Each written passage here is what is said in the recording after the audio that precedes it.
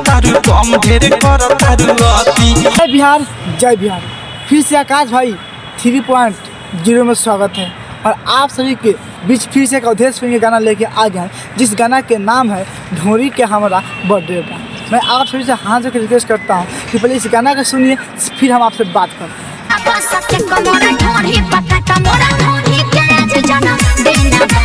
सुन लिए गाना, देखिए भौजी कैसे बोल रही है कि आज हमारा ढोरी के बर्थडे बा। उससे पहले अवधेश भैया मैं बता दूँ, अवधेश भैया ना बहुत कुछ भौजी को बोलता है कि नखरा काय करती है, देती नहीं है, लाहौर लहसुन बहुत कुछ कह के आप भौजी के पटा के पहले के चालन अवधेश भैया।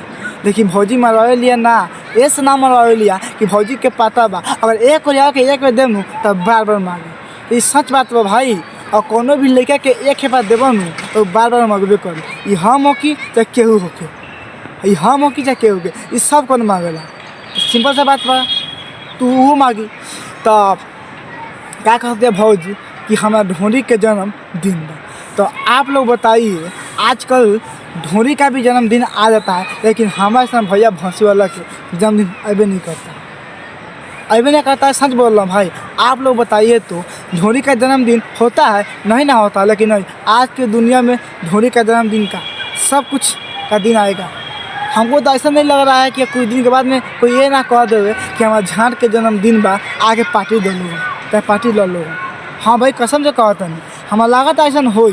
जब ढोरी के जन्मदिन हो सकता तो झांट के काहे ना हो, झांट के काहे ना हो, और झांट के होवे चाहे तो ऐसा लागत है भाई लोगन।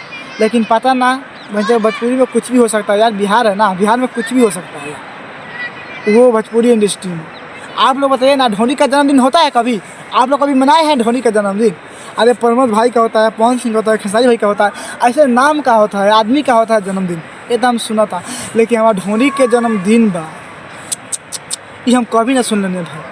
अवधेश भैया ये भी कह दिलन, अब भौजी के ढोरी के जन्मदिन भी मना दिलन अवधेश भैया। अब क्या कह सकते हैं। अब इनके गाना और ही आयल बा कि कार पर नाम भतार के रही आ नमनी में यार की। भौजी भौंसी वाली बोलती है अपना भौजाई से कि भतार के नाम कार्ड पे रही, लेकिन नवनी में नाम यारों के रही। ये कहते पिलाई तो ऐसा करम वैसा पिलाई करम कि सुनने के बाद में तो उनके झाँट लाल हो जाए, कसम से कहते हैं भाई। हाँ आप लोग बताइए ना यार, ये सब क्या।